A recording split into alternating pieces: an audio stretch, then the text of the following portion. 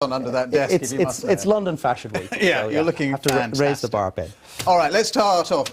Retail sales. You obviously haven't been to the shops recently, but anyway, a bit soft in January. Touche. Yes, a little bit. Yeah, 0.1% in the month of January. A lot of food sales, a lot of less food sales, and that has kind of pushed down the number a little bit. But interestingly enough, and this is in line with New Year resolutions, gym wear was up throughout the month of January. Let's see how long that particular resolution lasts. Okay. Now, staying with rising prices, inflation in the United States up a little bit?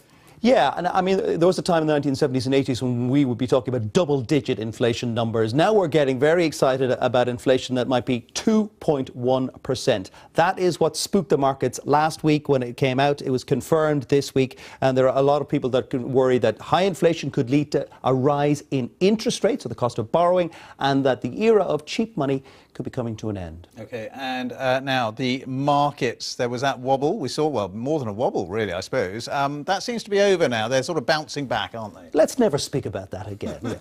Yeah, no, there was a serious correction. If the technical term is if you're down 10% from your peak, that is called a correction. This week, we've seen the Dow Jones up 1,000 points this week. That's a lot of points.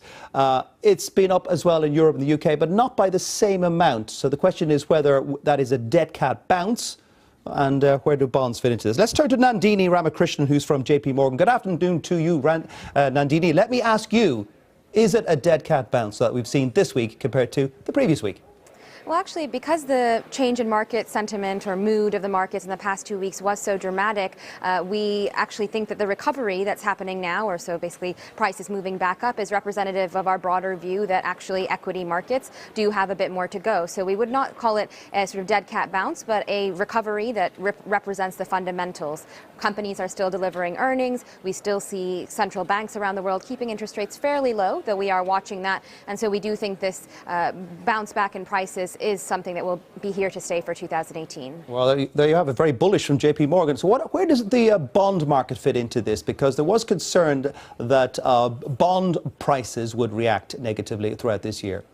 And actually, in the past 2 weeks, we did see bond prices move down, so yields go upwards. And that has been what we would consider an appropriate remeasuring of what we think central banks are going to do around the world. So, for example, the 10-year government bond in the U.S. went up quite a bit, but that does appropriately price in the central bank's raising of interest rates in the U.S. So that does technically make sense to us. We're not completely bullish, though. The area in the market that we do think will be sensitive over the course of the next year, next few years, will be government bonds, because that's where it will immediately start feeling that rising rates from central banks across the world. And how big an issue, Nandini, is inflation in the US? Because it's nudged over 2.1%. People were nervous last week that interest rates are going to start soaring now. What do you feel about that? Indeed, that inflation scare that happened 2 weeks ago, actually to the day, was it sort of tapped into the investors' fears that suddenly inflation was going to be too high. Central banks would raise interest rates much faster than was expected. We've actually seen in recent data just this week, the U.S. inflation numbers, as you were talking about a few moments ago, are showing that inflation is a little bit stronger than it was last month or last year, but it isn't shooting past the 2% target of the U.S. central bank, the Fed. So we actually will watch inflation very closely, but it's not at a level that should be alarming markets as we go through the months. One very brief UK question, Nandini. Retail spending.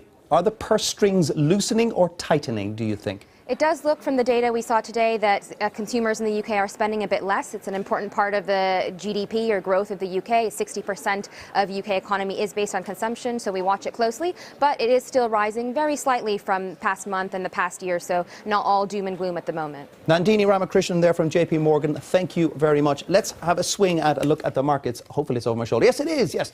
So as you can see, there's a lot of green on the board here. We don't have the Dow Jones, but the green in Europe in terms of the DAX in Germany, the FTSE 100 up almost 1%. Balfour Beatty up 2.6%. That's on the basis of that LAX contract, which is a pretty lucrative gig. Great stuff, Joe. Have a good weekend. Thank you very much indeed. Now, let me bring you up to date on some news from Chester Zoo, where a team is trying to halt a massive fall in the number of orangutans on the island of Borneo. Well, a study has found that within 16 years, the population there has halved, and the researchers say deforestation and hunting are largely to blame. Victoria Gill reports. hanging on to survival. Zoo programs like this preserve small populations of Bornean orangutans, but in the wild they're being pushed rapidly towards extinction. Their rainforest home continues to be cleared for agriculture and mining, but a 16-year-long study has now revealed that Borneo's orangutans are disappearing from areas where the forest is untouched. They're being targeted by hunters. Even in the areas where we think they're safe, we're losing them. And in some of the large populations where we've measured this loss, it's 50% over 16 years. So that's an astonishing decline at a population level. Even without animals being deliberately killed,